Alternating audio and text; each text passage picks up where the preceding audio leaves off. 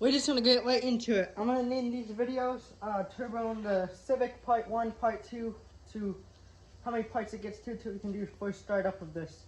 So I'm putting the turbo manifold on for the last time. This time we got no intake on it from the last video. You know, I'm waiting on getting one of those. But the oil feed line wrap around, we're gonna have to bring it to the intake. It's probably gonna sit over here somewhere. We'll figure that out though. I'll show you that. I'll show you guys that setup in a second, but for now I'm just gonna grab the turbo, get it thrown up there. Got a new gasket on there, exhaust gasket. They came pre-bent, so I didn't even have to bend it. They already bent it for me in the mail, which is nice. Not.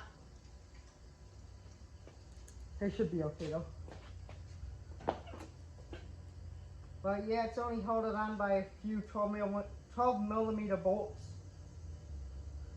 So I get one on there for now. I'll get that all tightened up and then I'll show you guys.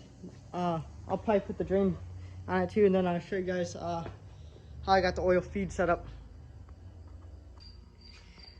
Alright, so the manifold's tight. That's tight on there. This is tight. This is not tight because I got to take it back off and I got to put the intake on there. It's a lot of slack here because I'm going to run it somewhere through one of the holes on the intake manifold. I think there's holes in there. Well, I guess not, but I thought it was like that one where it had holes in it, like through there, but I guess not. So I'll probably just like run it through here or something to take some of the slack away. I'll do something like that. We'll make it work. We can come up through here or something, up under it and over to the turbo. But that's pretty much what it's going to look like. It's like that. The only thing that's going to change is this is going to get rerouted somewhere. So that's why that's not tight. But now I'm going to get ready to get the timing cover back on, which I'm going to paint it black. And I'm going to get the crank pulley and all that stuff back on. There's a little washer thing that goes here. Tighten all that down. And then that side's done. I ordered new spark plug wires. Those are coming. What else did I get? I got all new coolant hoses to go on it. Gotta get new spark plugs for it. That's pretty much it. Then put it in the car, but we're getting there. So let me get this side done, show you guys that, and move on from there. Alright, so that thing's getting degreased right now, the timing cover, so we can get that on. But I think this is, I put the broken intake on there to see how we're gonna route this. And I think we're gonna route it something like this. We may have to put some heat stuff on it right here so it doesn't get too hot from the exhaust, heat up the oil. Hopefully that'll help. But I was figuring because I'm gonna have to have a pipe coming off this. And yeah, I think that would work better. And I don't think it looks too ugly. Later down the road, maybe I'll find a different solution to this. See what other people's done for that. But this downpipe, I got it in with some stupid bolts right now. I have to go to the hardware store and get some new ones. But that's what that looks like. That won't look too bad. Maybe one day after I can start driving again, I will cut it off right here if I still have this set up and flip it around so we can shoot it out the hood. Same with this, shoot this out the hood too somehow. However I don't know how people do it, but one of the ways so they close to each other. That'd be pretty sick. But yeah, I'm gonna go in for today. Come out, film, we'll get the rest of this done, the alternator and stuff on, and hopefully have a different intake by then so we can just get this completely swapped on, done, and everything tight, and hopefully nothing will leak. After that, I think this is ready to go back in the car after we get all that on, spark plug wires and stuff in it, new spark plugs. I think the engine will be ready to go back in the car. We'll just have to degrease that tranny really good, clean that up, and get the tranny on there with the clutch and flywheel. And then wash this up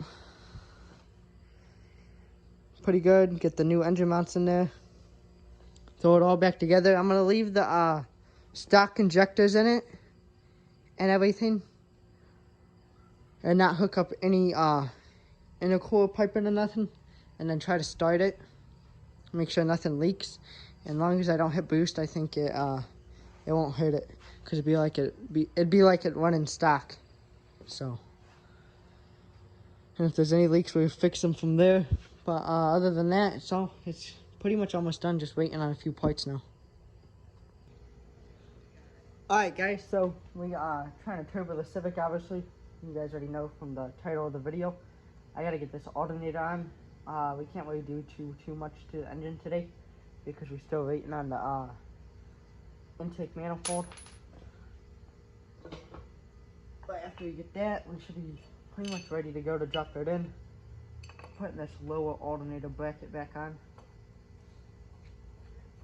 If I pull the engine again, like I think I'm going to put pistons and rods in it, I'm gonna like refresh all this stuff, paint it and stuff, make it look really good. Even paint the engine block. Then I think I said that in a previous video. I was gonna do it now, but it'd just be easier back when we go to do it again. But yeah, I'm gonna get this bracket on.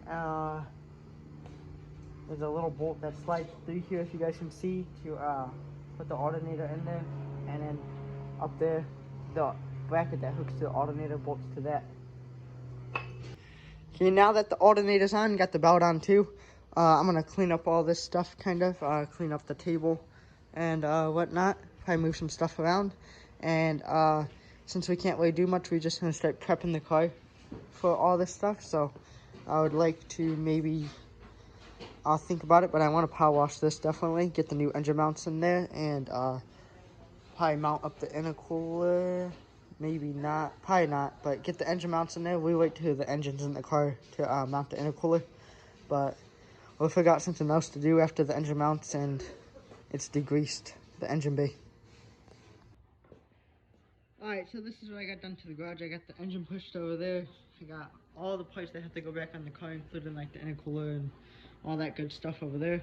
I got the car out of the garage so I can sweep all this up. Got the bump off it. I got it out there. What I'm going to do is I'm going to pull the fenders off, the headlights out, and obviously the bumper's already off, and then power wash all that, clean that all up, and put the new engine mounts on it. And I may coat the inner of the fenders. I'll show you what I mean when I bring it back in the garage.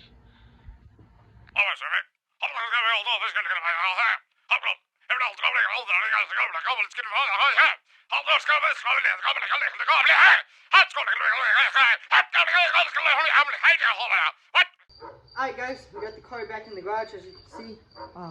Looks a lot cleaner. It's not perfect though, definitely not. I want to paint this one day, but I don't know how to fix this right here. I want to paint the whole engine bay, but I gotta figure out how to fix that. I don't even know why they cut it like that. And then I was just testing out. I sprayed a little bit over here. Morgan said she thinks it's gonna be ugly, but that's this bed liner stuff I was gonna do all that with, just to make it look a little nicer. Then I got that one, and then I was gonna try out this one. I don't know what this actually does, something, but I think this stops rust and stuff and protects it. So spray that in the rust and stuff. Cause I don't plan on selling the car for a very long time. I plan to keep building it and building it and building it. But to end this video, we're gonna throw these engine mounts on real fast. I figured out how they work. We got this one over here. This is the original one. It's supposed to have a piece that go in there, but that's how broke it was. So we just get that the hell out of here. And then put this one on here like that. And you got 3 bolts that go in it. Ain't really how to. This is just me showing you guys what I'm doing. But you have 3 bolts that go in there.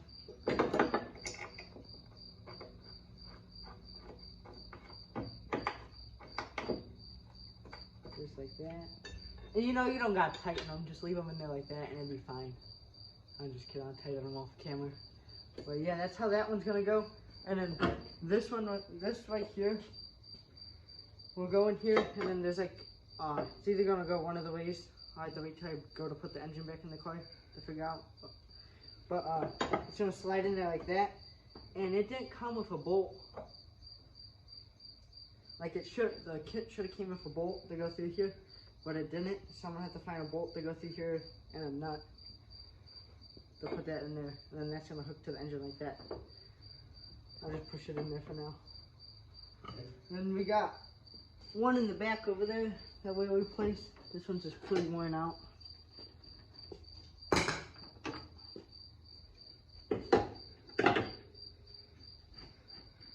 That'll go on there like that. I'll get those bolts in off camera because it's a little bit hard to do and I don't want to bore you guys. And then this one goes something like this. Get one of these bolts in to hold it.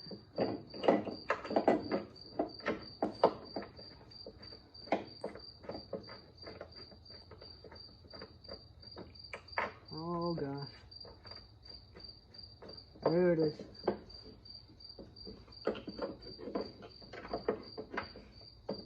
Sorry if you guys can't see. I'm just trying to get it in there to hold it so you guys can see what it looks like. And that's how that one's gonna go. Pretty sure. Yep. That one bolts to the tranny. But yeah, she'll hold it a lot better. And one time, Morgan's behind the camera. We did like a little burnout back there at the back line. There's like a little concrete pad. And like I didn't have the hood on it. You could see the engine just hop out. Didn't you, Morgan? Mm-hmm. It was just like literally trying to come out. It was funny.